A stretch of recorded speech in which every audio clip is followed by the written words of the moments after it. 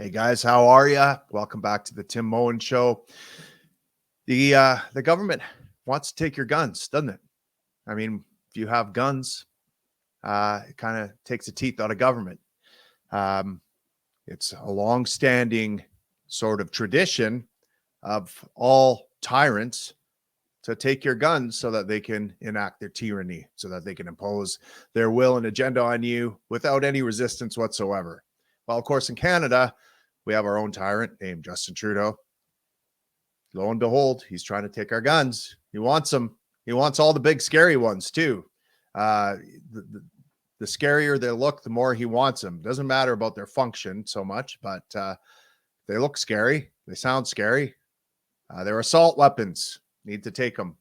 But Alberta, we have a upstart premier who's pushing back against Trudeau's nationalism, against his imposition on our province here, and they're proposing legislation, the Alberta firearms legislation, to push back against that. So today I have Todd Brown from Fire, who is going to tell us all about this legislation. Firearm Institute for Rational Education. Fire. I like that. Todd, welcome to the show. Why is Trudeau trying to take our guns? Well, thanks for having me here. He's a control freak, and gun confiscation is all about control. To me, that's as far as it goes. Isn't he trying to save the children? Isn't he trying to stop senseless tragedy? No, he just doesn't want people to be able to defend themselves. My guess would be against him. Like, it's okay for him to wander around with half a dozen armed guards, but God forbid that if a private citizen wanted to defend themselves, they could use a firearm to do it. Yeah, or in the Canadian wilderness, it'd be nice to have a sidearm to protect against things like grizzly bears, lions, different things like that. Here's the thing I don't understand. I mean, we can kind of pontificate about what Trudeau's motivations are here. Is maybe he's got all the noble intentions that he says he does, which is he just wants less violence in the world. He just wants there to be less shootings and blah blah blah. We can argue about whether he truly believes that or not. But what about supporters that support gun control? The people that say, yeah, we want fewer guns in the world, and therefore we want to use this magic wand called government to take to stop all these senseless violence. I mean, these people do understand that government is a gun, right? I mean, the government, in order to confiscate those guns, is going to need men with guns ready and willing to shoot you dead for owning a piece of property that they don't like. That seems like gun violence to me. It seems to me that all laws, in fact, are threats of gun violence. Yet these people don't seem to understand that. Well, I agree with that. Any law that the government makes is backed up by the barrel of a gun.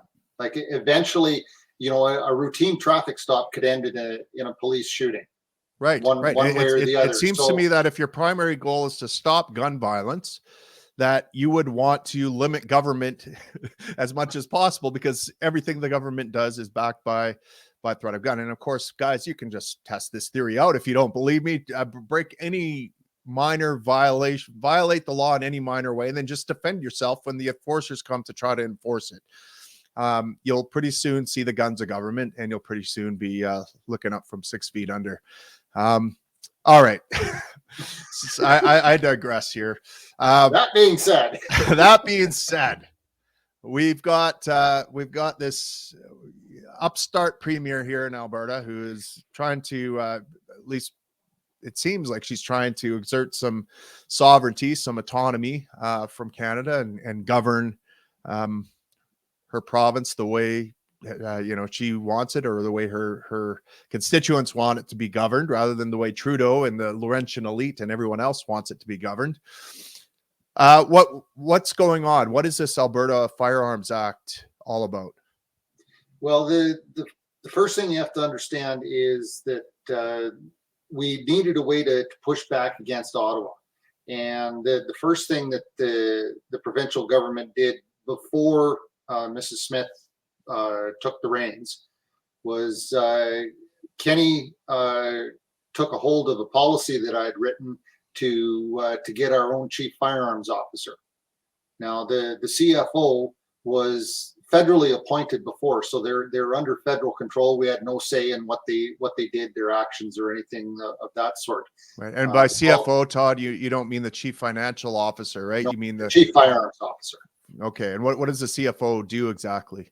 They look after the Firearms Act on a provincial level, which means that licensing, gun ranges, that sort of thing. Anything that's in a provincial jurisdiction, they deal with in Alberta. Now, the one thing that they were able to do was give our CFO the mandate to stand up for Alberta gun owners as well, to advocate for them in Ottawa. So that's okay. Something that no other CFO in Canada does, and I believe there's 10 of them across Canada. So that's what the Alberta Firearms Act does? No, that was the policy that was put in place when the first time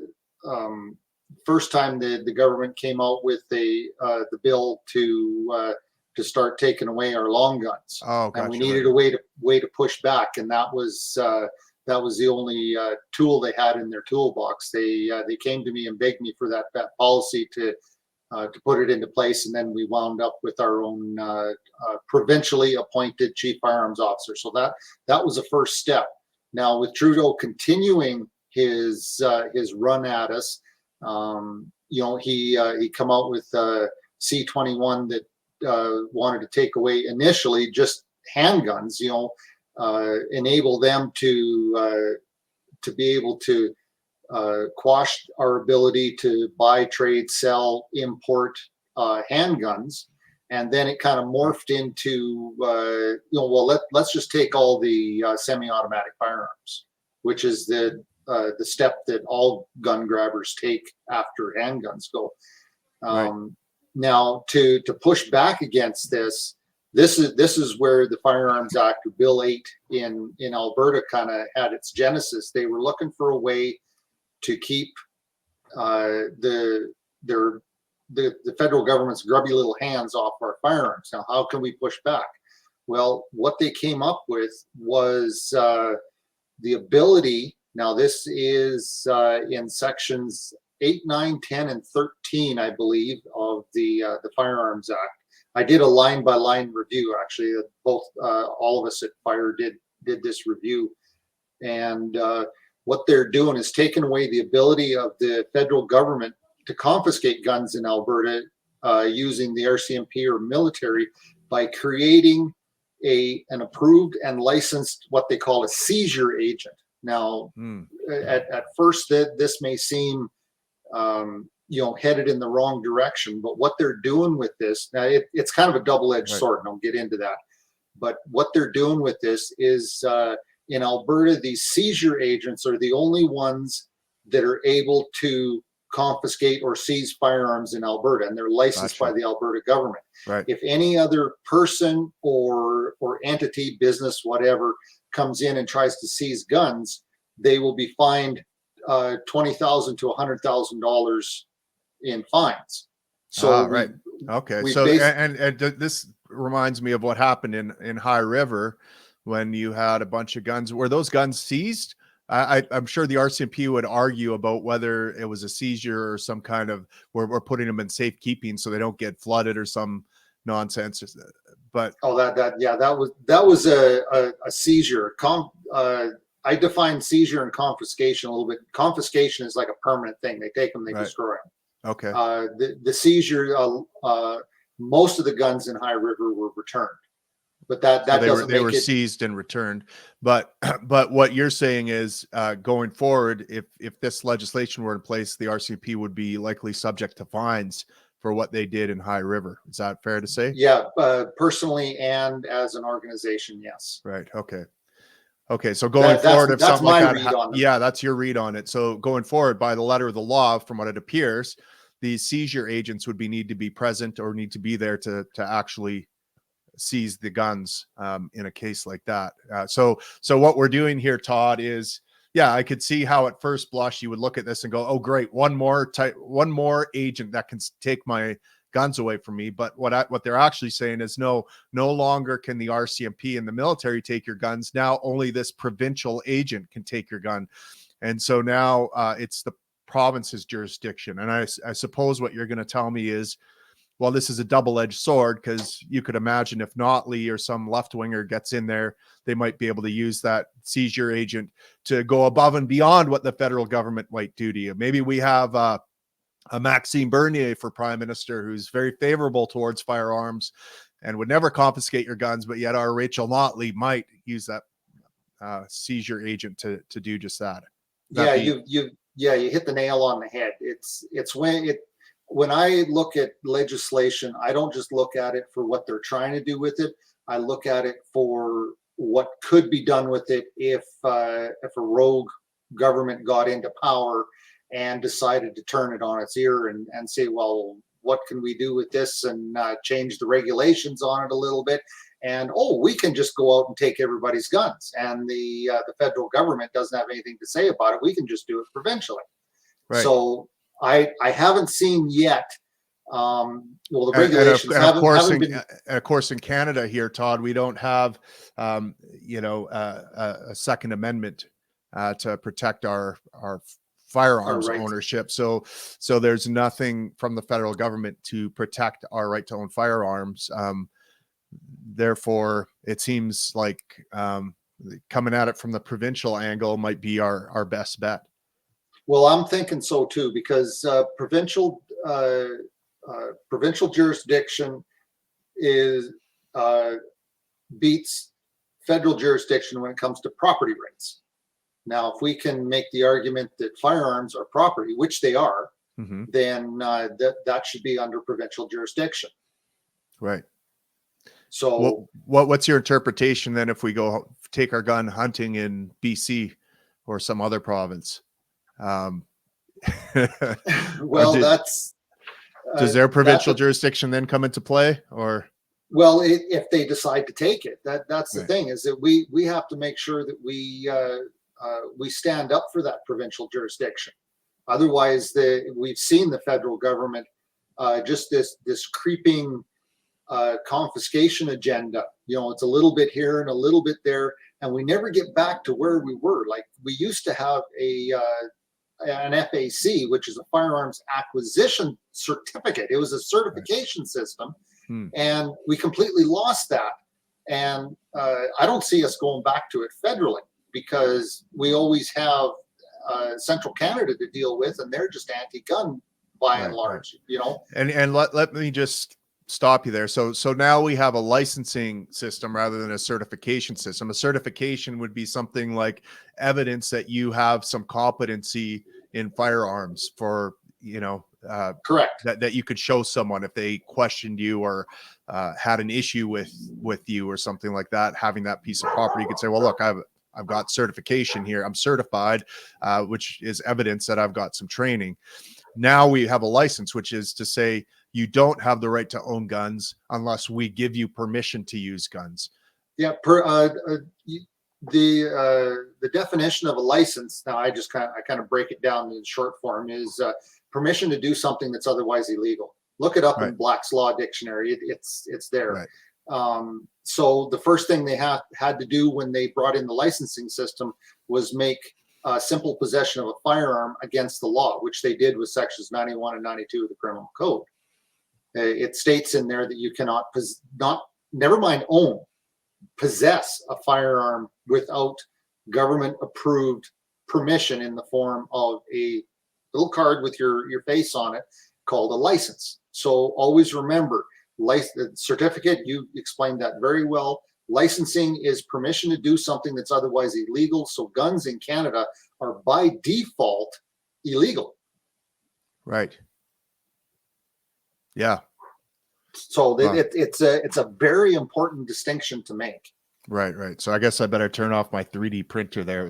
I was just printing up an AK-47, but I guess that's probably Probably illegal. I probably need a license for that or something. Just kidding. Just kidding, CSIS. I don't have a printer at all. No. But in this bill, there's actually some good things in it too that aren't really a double-edged sword. There's things that should have been put into place before, but you can tell by how the legislation works and how the regulations are written as to what their intent is. Everything about the Firearms Act is about confiscation, pure and simple. Like right. That's a piece of legislation for confiscation. Now, other sections in here, there's section 11 and 12, and they want to put these in place for a compensation program for seized guns. So if they seize something, you'll get compensated for it. It's a small thing. When you have your property taken away, you'd rather keep your property than any money, but at least they have something that they want to put into place that would fairly compensate you for that action. The other thing that actually I'm in favor of is forensic and ballistic testing of any seized guns, especially if they're come from a criminal element or whatever. That could be proof in a court case. So right. I'm for that sort of thing. Another thing that this bill will do is in section 16, it will not allow the federal government to go around the provincial government and make deals, backroom deals with cities, municipalities, and we've seen this before, is that they'll go in and say, well, we'll give you some money if you put these anti-gun legislation or things in place. Yeah. And this will keep them from doing that. They won't be allowed to do it. It'll be illegal in Alberta for the federal government to come in right. and go to like a city and say, well, if you guys ban this type of guns and agree with us on this, then we'll make you a trade-off or something. That's a no-go. Okay.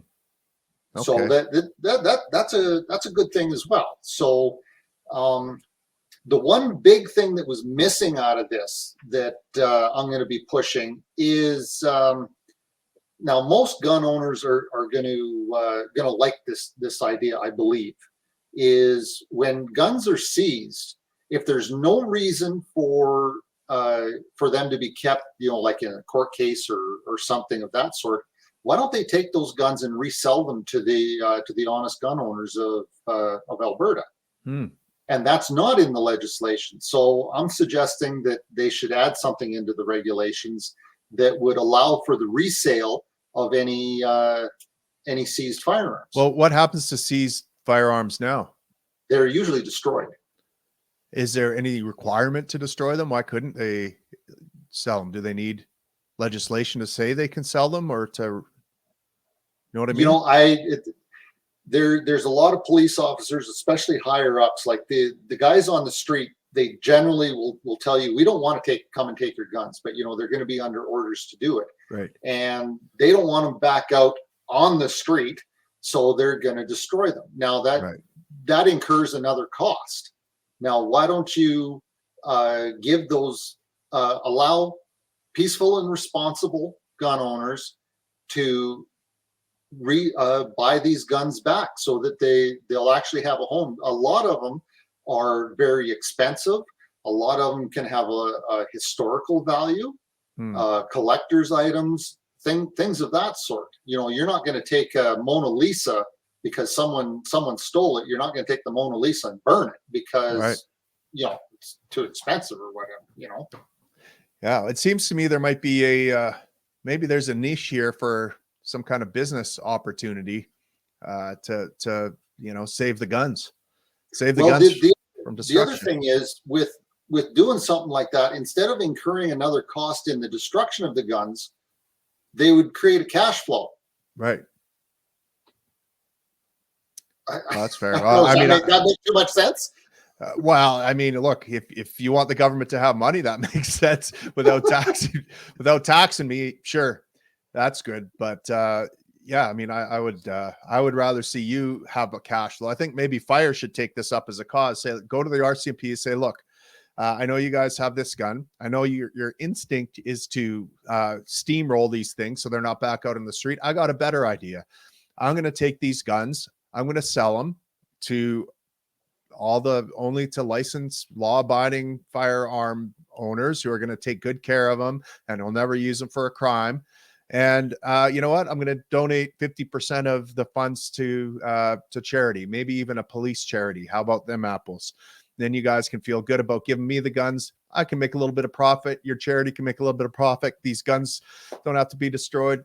These gun owners get to preserve a piece of property that's beautiful. And yeah, well, there's all sorts of things. There could be business. It could be just a case of recouping some of their costs for the program. Yeah, like you said, for the police officers, if they want to have a little fun to help out some of their fellow officers that are going through a tough time or whatever, there's lots of reasons that you could do that, and there's already gun auctions out there, private gun auctions. So why not make one for this? Once sure. a year, any seized guns, there'll be an auction for these firearms. Well, how do I become a seizure agent? Maybe well, I'll become one, and I'll make sure that in guns are safe. The regulations that they haven't written yet is where all that's going to come out. Now, the devil's in the details with any bill, because where the power comes from is what they write into the actual regulations. Right. So the devil's in the details. We'll have to see what the regulations. We need to figure out there. Listen, audience of the Tim Moen Show, if you know anyone that's involved in the writing of these regulations, anyone we need to get Todd Brown in on the action here. Todd at the very least needs to be having coffee with the people writing these emails, dropping some little nuggets, or maybe we can get Todd in there as a citizen, an Alberta citizen, or subject matter expert to help them craft this regulation, because like he said, Todd, the devil is in the details, and there's a lot of good that could potentially come out of this if the regulation is written the right way rather than the wrong way, right? And so, we know, there is a firearms advisory committee that was set up for putting in the chief firearms officer, and I know a couple of people on that committee. So I'm not without contacts, but it's kind of a balancing act, I guess. But I've already kind of put the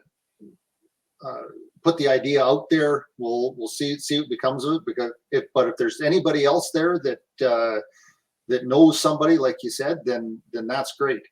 I do want to make hay a little bit, if I may, for a minute, out of your use of lawful gun owners.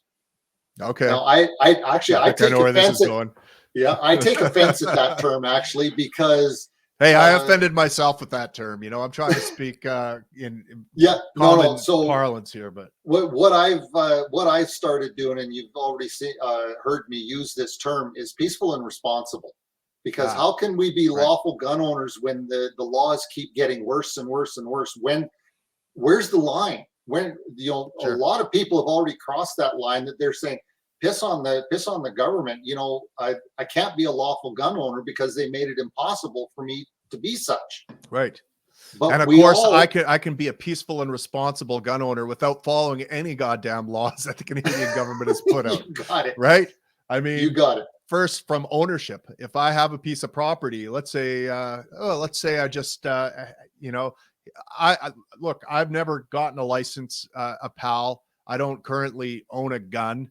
I would like to, but personally, I don't want to submit to this onerous system here. I don't want to have to, I just hate the idea of begging for permission for something that is my God-given right to own a piece of property. But would I be a violent criminal if, let's say, my father, when he passed, handed me his firearms and said, "These are yours, son." Okay, I don't have a PAL. I'm not telling anyone I have them. I'm not using them in any nefarious way. Maybe in the future I'll go hunting with them. They're a heirloom. They're an heirloom. Yeah, exactly. Like why? So am I a criminal? I'm not following any legislation in this case, yet I'm a peaceful and I would argue responsible owner of that type of property. And so, yeah, you're right. Just like the same way, Todd, I feel like I could be a peaceful and responsible owner of lawn darts or baby walkers. I feel like I can almost go other band items. You know what I mean? That's exactly. You know, I've got a 22 that came from my great grandfather. Wow. So you know that was something that he actually emigrated into Canada from the Dakotas, and he brought that gun with him. So you know, I've got a piece of my family history. Yeah. Well, you know, my dad has a 22 that was, I think, his father's. It was like built in the early 1900s, like 1910 or something like that. So it's yeah, I mean, if I don't get my license, Todd, where do those guns go? Right? Yeah, exactly. They get destroyed. They get destroyed, and goddamn, that would be a shame. So I'm going to probably have to break down and get my license just to make sure that doesn't happen. But it irks me that I have to do that. It irks me to no end. Yeah, no, I completely agree. It's not something you shouldn't need government permission to own property. And to be quite honest, the more gun owners there are, the more peaceful the society is. You know, when they say it's a weird way of thinking, but the gun grabbers think that if you want to get rid of gun violence, just get rid of all the guns. Well, you can look to all sorts of different countries and see how that's worked out. Right. You know. Yeah, because the problem is you can't get rid of guns because the very thing the very thing you want to do requires guns. Like getting rid of guns requires guys with guns. So you're going to need powerful guns and guys willing to pull those triggers and enact gun violence to get rid of those guns. So you know, that's why you're right. It's why don't you enlist the general population in helping to stop crime instead of saying, well, stopping crime is just the government's bailiwick. You know, we can't. It's got to be the police that do that. Well, why can't we enlist the you know, if we had in Canada, if we had concealed carry, why can't we enlist these people as deputies? You know, and they would be part of the police force in some way, shape, or form. You know, and that would bring more trust in the police force as well. Right. You know, I'm also. What about a model, something like what the Swiss has, where you know, you get like I put this forward as an idea. You know, I had some crazy ideas as a leader of the Libertarian Party. Let me tell you, one of them was, look, voting shouldn't be a right. It should be something that you get from contributing to your nation. Let's say it should be something you earn. You know, not every idiot opinion should matter, especially someone who's a net taker from the people around him who's never contributed anything. So, okay, if you want the right to vote, you can pay you can either pay a tax, a voluntary tax. If you don't want to pay the tax, that's cool. You just don't get to vote. Or you can sign up and serve to defend your country or something like that. We'll give you an actual assault rifle, and you get to keep that after your year or two of service.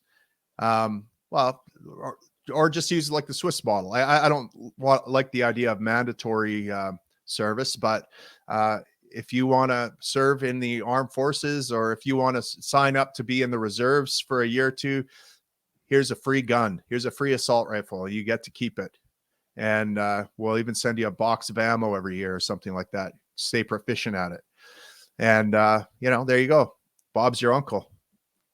Yeah, there's all sorts of different ways you can go with this. I'm actually an advocate. Like I'm a policy writer too, obviously, because I've written policy for Max. My fingerprints I co-wrote that firearms policy with another fella, And I actually helped out the Libertarian Party when you were in power, coming up with policy. I've written policy for the Wild Rose Party of Alberta, for the Buffalo Party in Saskatchewan. Like there's been about 3 federal and about half a dozen provincial parties that I've written or influenced policy for. So what I would suggest with the policing is, actually I'm an advocate of provincial police, but in a much more municipal way. We should have, I haven't worked out all the details, but the direction I'm going is we should have our own county police that work together as a group to form the provincial police. So these positions would be elected. They wouldn't be appointed by the government, because the police, in my opinion, should be separate from the government. Because if we have a rogue government, we need the police to be able to police the government as well. Interesting. I like it. So, if we had an elected sheriffs for each county, and then those sheriffs would work together as a province to be the provincial police force, and everyone is elected, and even the cities, the city police, the leader of the city police would be an elected position as well. Right. So it would all be, I'm a big believer in accountability. Even the chief firearms officer, I was advocating for to be an elected position, because they actually carry a lot of power and a lot of weight. So that position, in my mind, should be elected by license holders of Alberta. Yeah. So any position of power should be responsible right to the population, to the citizens. And I kind of like it. Well, yeah. And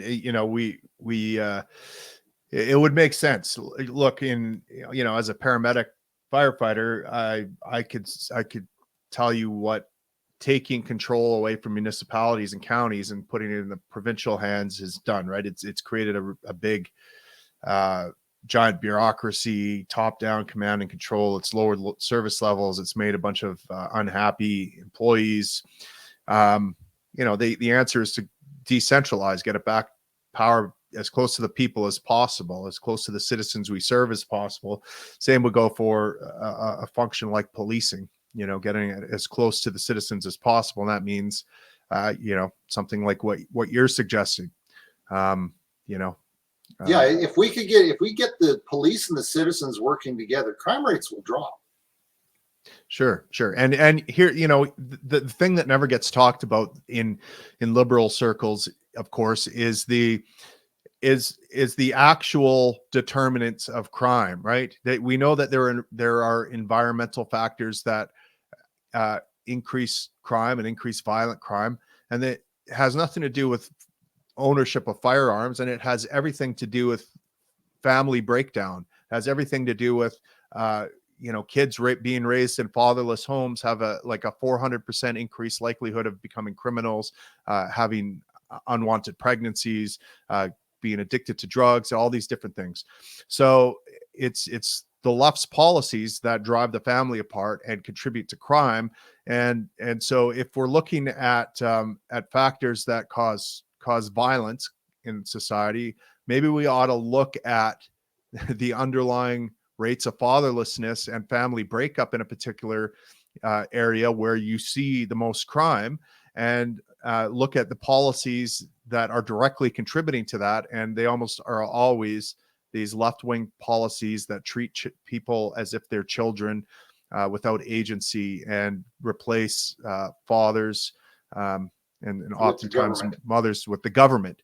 And that is a recipe for absolute horror and degradation, and people actually needing guns to protect themselves from those criminals, right? So that's what I'd say about that. We never look at that, though. We only look at, it's that damn bullet that caused this violence, or that gun.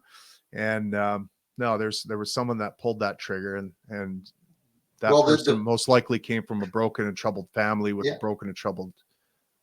According to a certain book, the first person killed was killed with a rock. Right. Yeah. Well, I mean, obviously we got to ban rocks, but yeah, for sure. It's it's what's in the heart of the person, not the tool that they use. Yeah. Any tool can be used, and government is a perfect example of this. Any tool can be made for good, with good intentions, and used in an evil manner. That's right. Yeah. You know, absolutely. the fellow that created the machine gun, his intention was to make a weapon so dangerous that people wouldn't want to use it. And well, we know what happened with the invention of the machine gun now, don't we? Right. Right. Right. So, you know, the only thing, anything that's made for a deterrent has to be used at least once. It's fair. Let's talk a little bit. Todd, tell us a little bit about what the federal government has been doing over the past few years to that threatens gun owners. Well, it's the bills they're putting out. It's it's freedom oriented. It's all about control. The gun control bills that are coming out, like the C-21, like they really stepped in a cow pie on that one, because there was an awful lot of pushback when they started adding in long guns. And like I said, most of them were semi-automatic. Now, what people have to understand, if there's non-gun owners listening in, is that the gun grabbers, they start out with what they consider the most dangerous ones, which would be full automatics, and your typical assault rifle. Now, I'm going to define the terms assault rifle and assault weapon. Assault weapon is a non-starter. It's a made-up term by the left to scare the crap out of you. You know, anything can be an assault weapon. Anything can be a weapon. I talked to a police officer and I said, what was the most unusual thing used to hurt somebody that you could have charged them with assault with a weapon? And the guy said, a glass eye. Wow. He somehow popped out and got in another person's mouth and they choked on it. I could have charged them with assault with a weapon. Wow. So, you know, assault rifle is something that's only legal here and in the United States for the armed forces. It's got a selector switch on it that is semi-automatic, which is one shot per one pull of the trigger, a 3-shot burst, which you pull the trigger once and three bullets come out the barrel, and full auto. That's an assault rifle. Right. Any look-alike, like an AK-47, that's not an assault rifle. That's a semi-automatic firearm. Right. Okay, so it's completely legal. So that's the first thing they come after is the full automatics. Oh, only the military and the police can have those. Well, that's a recipe for disaster. And then what they do is they go, oh, well, handguns, they can be concealed, so they got to be dangerous. So we're going to come after those. And then after they do that, they're going to come after the semi-automatic firearms. Oh, you can shoot too. Who needs a semi-automatic? You know, Right. Anybody that's been in the forces or a self-defense situation knows damn well that a semi-automatic is what you need. Yeah. You Yeah. know? And then they go after magazine size, because who needs more than 5 bullets? Yeah. And then they'll go after the bolt action because they're a sniper rifle. right. And then pretty soon you're left with a single shot shotgun of a 410 caliber that's useless in any kind of hunting except for small game. And then they'll put restrictions on that. Right. So it's a progression that they use, and you can see it with the legislation the Liberals have been putting in place. They don't have to worry about the full automatics, but they use that scary term assault weapon all the time. They throw it around like it's actually something, which it's not. And then they to them it's an aesthetic, right? It's a gun that looks scary, because I remember when that order in council came out a few years ago, I think now, that banned all these so-called assault rifles. Assault style, right? And that's exactly what it was. It was a style. It was a fashion style. Like, you could have two guns that had exactly the same function, exactly the same caliber, carbine. One was looked military and therefore it was assault style and it was banned. The other one, had a wood stock and therefore it wasn't an assault style and it was fine. But they would inflict the same amount of damage, essentially operate the exact same way, shoot the same size bullet, and this is the level of thinking we're dealing with. It's like it's totally emotional thinking. That type of gun looks scary, therefore we must ban it. Yeah, well, with the guys that are creating this legislation on the liberal end of it, they know absolutely nothing about firearms, and it's obvious in the legislation and what they're trying to ban and how they're trying to do it. If you had anybody in there that knew anything about firearms, looks and function are completely different things. Right. Absolutely, like you can put you can take a single shot shotgun, and you can mount a scope on it if you want. You can put a fancy stock on it. You can put a plastic stock on it. You can dude it up.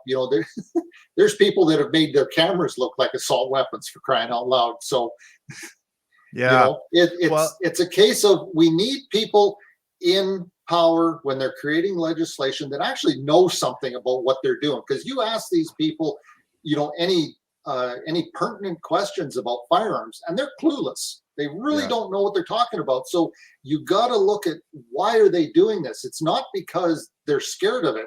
They're scared of what the population might do with it. When the government starts to take your guns away from you, it makes me wonder, what are they going to do that they don't want anybody shooting back at them? Yeah.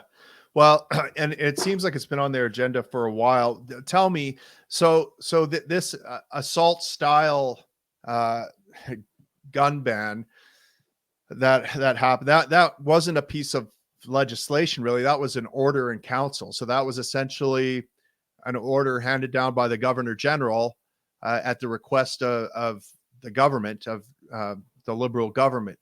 So why did they go that route and not use legislation or something like that? Because they don't have to debate it in Parliament. And OIC is order in council. People have to understand how it works. They any legislation that is that has just hang on, my brain just froze on me for a second. That is legislative, like the Firearms Act, is all legislative. Okay, it's governed by regulations. Okay, the regulations can be changed by an order in council. The government says, okay, we want to change this, or one area of the government says, okay, we want to change this. There's a regulation in there, doesn't quite fit, and we want to just correct it or whatever. They'll create an order in council. It doesn't have to be brought before Parliament. Doesn't have to be debated. Doesn't have to be discussed. They give it to the governor and council, which is the Governor General, and they sign a piece of paper and it's law.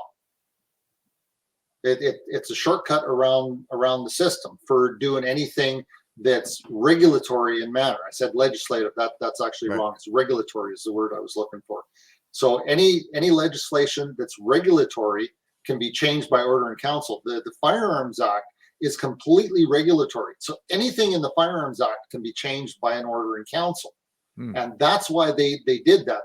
They think they can sneak it through the back door, not having it discussed, change the regulation. They could, if they wanted to, they could, by an order in council, they could revoke every single firearm license in Canada by an order in council, right? If they had the guts and the will to do it. Yeah, I guess the question is, why don't they use it more often? If they can just, it sounds like they can just issue government fiat about all sorts of things with guns. Pretty much, but right now they got to be. They still have to be careful about blowback. There's still enough people out there that can cause them big issues. But if they become the totalitarian regime like China that Trudeau wants to become, if he gets enough power, then he will start doing that. The more that he tries doing that, the more you're going to see him trying to consolidate his power so that he can do it. Right. And it's like, it's like you said, it's like they start with one thing and get I guess consensus from the public on that, or get enough compliance from the public that it goes through. Okay, we're going to ban military assault rifles, select fire weapons. Next is going to be, magazine sizes or something like that. Next is going to be like, they just, it's like, slowly turning up the temperature on a pot of water until it's boiling, essentially. Right. And so now we've got this order in council, which bans assault style weapons. Latest one is handgun ban, right? Was that actual piece of legislation, or was that another order in council? No, that was in Bill C-21, Bill because C-20, right. they wanted to stop the ability for the average citizen to buy, trade, sell, or import handguns. Right, right. So that was actually a piece of legislation. But again, the devil's in the details. What are the regulations backing that legislation going to say? How are they structured? Right. That's where people always have to look, is what can the regulations do or not do. Right. And this is, one of the things to me that makes conservatives, I guess, somewhat impotent here. And I wish they would grab some cojones and actually try to get more firearms freedom, rather than just say, hey, shake their fists at the government, say, how dare you ban handguns? You need to stop this. And then the handgun ban goes through, and then they're like, whatever the next thing is, how dare you try to ban this? And they try to stop that. So we keep getting this incremental slide into firearms tyranny, when what we should be having in the opposition party, I would hope, is someone shaking their fist saying, hey, we need concealed carry. Hey, we need people to be able to own select fire, fully automatic firearms. Like this is a rights issue. Well, we don't have the second amendment, but down in the States, you actually can own fully automatic firearms. However, there's a lot of hoops that you got to jump through. Sure. There's a lot of money you got to spend, a lot of hoops, and the guns themselves are really expensive. But the one thing we have to remember about federal politics is ultimately the federal government in power is beholden to central Canada, and that means Quebec, on Toronto, Ottawa. Those three cities have more voting power than BC, Alberta, and Saskatchewan combined. Right. So they always got to be conscious, if they want to stay in power, they got to kind of toe the line to what central Canada wants. And that's why I want to make the move from the provinces, especially us western provinces, Alberta and Saskatchewan especially, is to go down the road of personal property, or property rights, property ownership. I've had some people say, when I start talking about property rights, they say, well, I only thought that that applied to like land and stuff like that. And I'm like, oh no, anything you own is property. Right. Your ideas are intellectual property. Like a pair of tweezers, that's property. Those are mine. You can't have them. Right. So, we have to enable the provinces to stand up and say, okay, property rights are the jurisdiction of the province, period. Yeah. So that is where the federal government, where the line is. The federal government, you stay out of that. So, like the Firearms Act, if Alberta separated, for example, I have a policy for a free Alberta. And it has nothing to do with the Firearms Act. Believe me, it's completely different on that scale. But we have to go down the road of personal property rights as a provincial jurisdiction and apply those. Just my opinion. Yeah, no, I completely agree. I mean, that would be my preference too. Property rights should be in the Constitution. In fact, from my perspective, all human rights are essentially emerged from property rights. They're essentially property rights. I mean, freedom of speech. What is that? That's a right to say whatever I want on my property. That doesn't give me a right to come onto your property and say whatever I want. I mean, if I insult your wife or something like that, you can give me the boot, right? You can say, get off my property.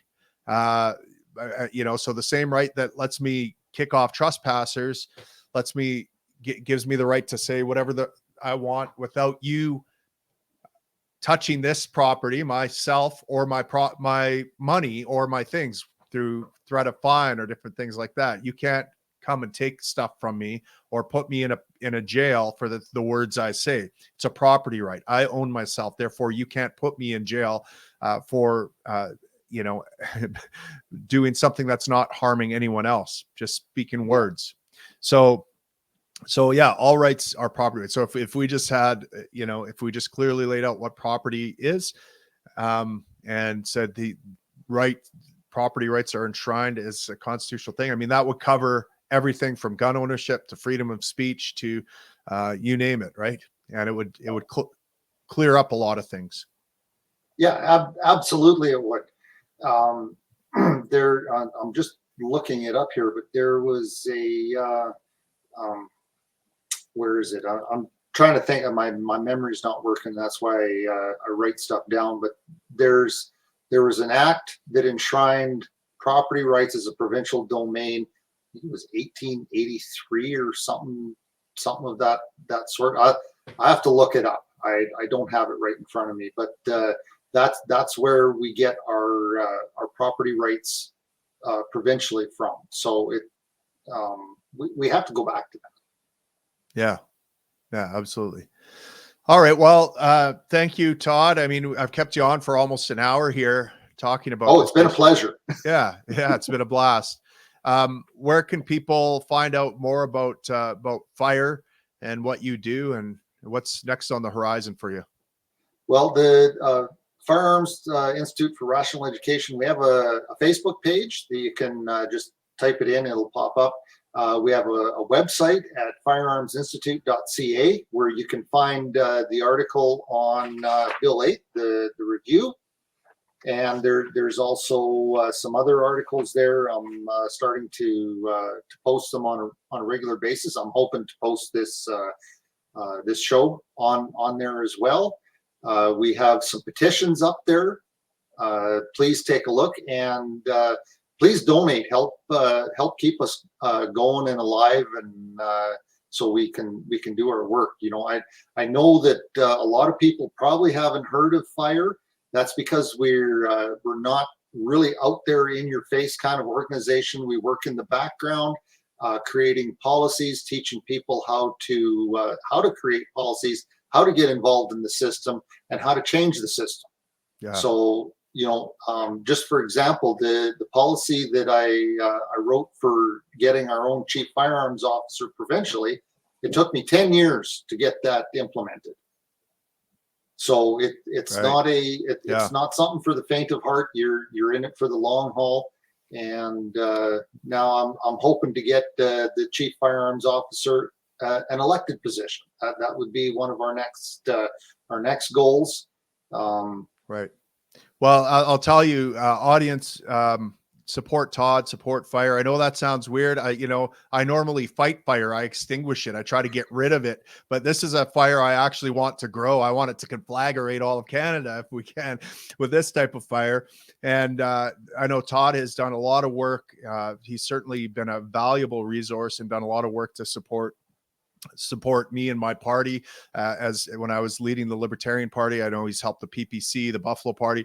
He's out there helping anyone, who supports firearms rights, giving them the proper education, the proper framework, the proper words and tools to understand this. Because a lot of us who get out there on that public stage, we're not subject matter experts, and so it's super valuable to have a guy like Todd, who lends himself and volunteers and helps us to make sure we're going the right way. And just like you corrected me, Todd, on this very thing, when I talked about law-abiding owners, and you said, no, peaceful owners, peaceful and responsible. Right. And it's that kind of thing that it seems like semantics and like a little thing, but those little things are actually really big when it comes to firearms education. So if you can help out FIRE, please go to their website, go to their Facebook page, and throw them a few dollars to help them support the work they're doing. I mean, Todd is right. Firearms Institute, yeah, firearmsinstitute.ca. Firearmsinstitute.ca. I mean, Todd, you're right in there with these officials as they're right now drafting out regulations that are going to determine how you are able to own your firearms in Alberta and how that regulation is written, and the details and the semantics in that are going to have a huge effect. Just like Todd's correction of peaceful, responsible owners is it seems semantic, but it has a huge effect. Well, the way these regulations are written, it's going to have a huge effect. So throw fire some money and make sure that Todd can continue this important work. We want him doing it as much and as we can, with as much force behind it as we can, to hold on to our liberties here in this realm. So thanks again, Todd, for coming on the Moen Show. Tim Moen. Well, thank you very much. It was a lot of fun. I appreciate your company. Awesome. Till next time, folks. We'll see you later.